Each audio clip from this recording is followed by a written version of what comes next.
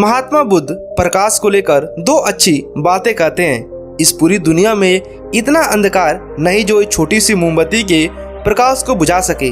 आपके सामने भी जो समस्या हो, चाहे वो आध्यात्मिक हो या भौतिक, किसी भी समस्या में इतना बल नहीं कि वह आपकी आत्मिक शक्ति को खत्म कर सके। हम सभी के अंदर आत्मिक शक्ति है, ज्ञान और फोकस से पूरी हो सकती है। चाहे इंसान अपंग ही क्यों ना हो, चाहे उसको मेमोरी क्यों नहीं कम हो, चाहे उसके विचारों को किसी ने बहका दिया हो, लेकिन फिर भी वह ध्यान कर सकता है। अपने फोकस की मदद से मेंटल स्टेट दोबारा बदल सकता है। दूसरी बात, गौतम बुद्ध कहते हैं कि जलते हुए दीपक की रोशनी से हजारों दीपक रोशन किए जा सकते हैं, फिर भी उस दीपक की रोशनी कभी कम नहीं होती। इसी प्रकार सफलता भी बांटने से बढ़ती है, कभी कब नहीं होती। भले ही आप अपने ट्रेंड सीक्रेट नहीं बता सकते, लेकिन दूसरों को खुद में ढूंढने और सेल्फी मास्टरिंग सफर चलने में मदद कर सकती है। आपके आसपास जितने लोग सफल, समृद्ध और खुश होंगे, उतना ही आपको जीवन में शांति और आनंद मिलेगा। वही दूसरी तरफ अगर आप झुग्गी झोपड़ी के बीच में महल बनाकर रहेंगे तो आपके मन में हमेशा डर बना रहेगा, साथ ही निंदा और उपेक्षा का सामना भी करना पड़ेगा। इसलिए हमेशा खुशियाँ और सफलता बांटिए और अपने साथ में लोगों को आगे बढ़ाइए। आज से करीब 2500 साल पहले महात्मा गौतम बुद्ध ने 35 वर्ष की उम्र में निर्वाण प्राप्त किया। फिर अगले 45 वर्ष में पूरे भारत में गांव-गांव घूमकर अध्यात्म और बुद्ध धर्म की शिक्षा का प्रचार करते हुए एक बार जब गर्मी के दौरान वह यात्रा कर रहे थे, तब उन्होंने एक शिष्य को पास की नदी में पानी लेने के लिए शिष्य को कहा। जब पानी लेने शिष्य पहुंचा तो उसने देखा पानी मटमैला और गंदा है, जो पीने लायक नहीं है। बुद्ध ने जब किस्सा सुना तो कहा कि वहाँ और कौन कौन सा शिष्य है। शिष्य ने कहा कि गांव के लोग वहाँ अपने बैलगाड़ी ले जा रहे हैं, गाय और अन्य जानवरों को वहाँ से निकाल रहे थे।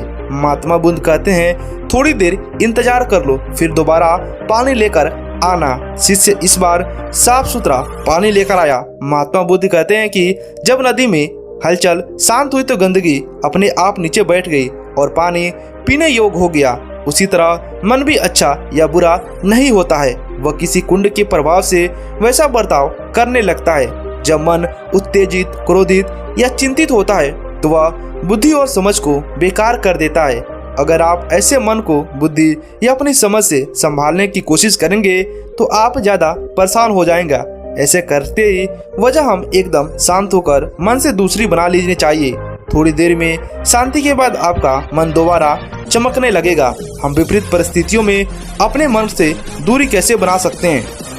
अपनी सांस पर ध्यान देकर। दोस्तों, पहले योगी, भिक्षु और साधु बरसात के 4 महीने एक जगह रुककर जाया करते थे, क्योंकि बरसात में चलने योग्य रास्ते नहीं होते थे। ऐसे ही चतुर्थ मार्च में भगवान गौतम बुद्ध एक बार नेपाल में रुके। वहाँ एक आदमी रोज उनके प्रवचन सुनने आया करता था। गौतम बुद्ध हर दिन अहंकार, देश, लोभ और क्रोध के छोड़ने की बात करते थे। एक दिन उस व्यक्ति ने बुद्ध से पूछा, उन्हें पिछले 1 महीने से आपके प्रवचन सुन रहा है, परंतु इस पे मुझ पर कोई असर नहीं हो रहा है। क्या मुझ में कोई कमी है या इसका कोई और कारण है? तो गौतम बुद्ध ने उससे पूछा कि तुम कहाँ रहते हो और प्रवचन सुनते यहाँ कैसे आते हो? तो व्यक्ति ने कहा कि मैं पास के गांव में रहता हूँ, कभी बैलगाड़ी से कभी घोड़े से यहाँ आता हूँ। तब बुद्ध ने कहा, क्या तुम यहाँ बैठे बैठे अपने गांव तक पहुँच सकते हो? तो व्यक्ति ने आश्चर्य से कहा, बिल्कुल नहीं। तो बुद्ध ने कहा, बिल्कुल उसी तरह यहाँ बैठे बैठे कोई अपने लक्ष्य तक नहीं पहुँच सकता। जब तक आप अपने विचारों को अपने जीवन में, अपने अविचल मन में उतारने की कोशिश नहीं करेंगे, तब तक किसी भी बात का असर आपके ऊपर नहीं होगा। गौतम बुद्ध कहते हैं, जिंदगी की असली सफलता है यह आप जानते हुए भी आपको क्या करना है, आप उसका पालन नहीं करते। गौतम बुद्ध के बहुत से दुश्मन और चीने वाले हुआ करते थे।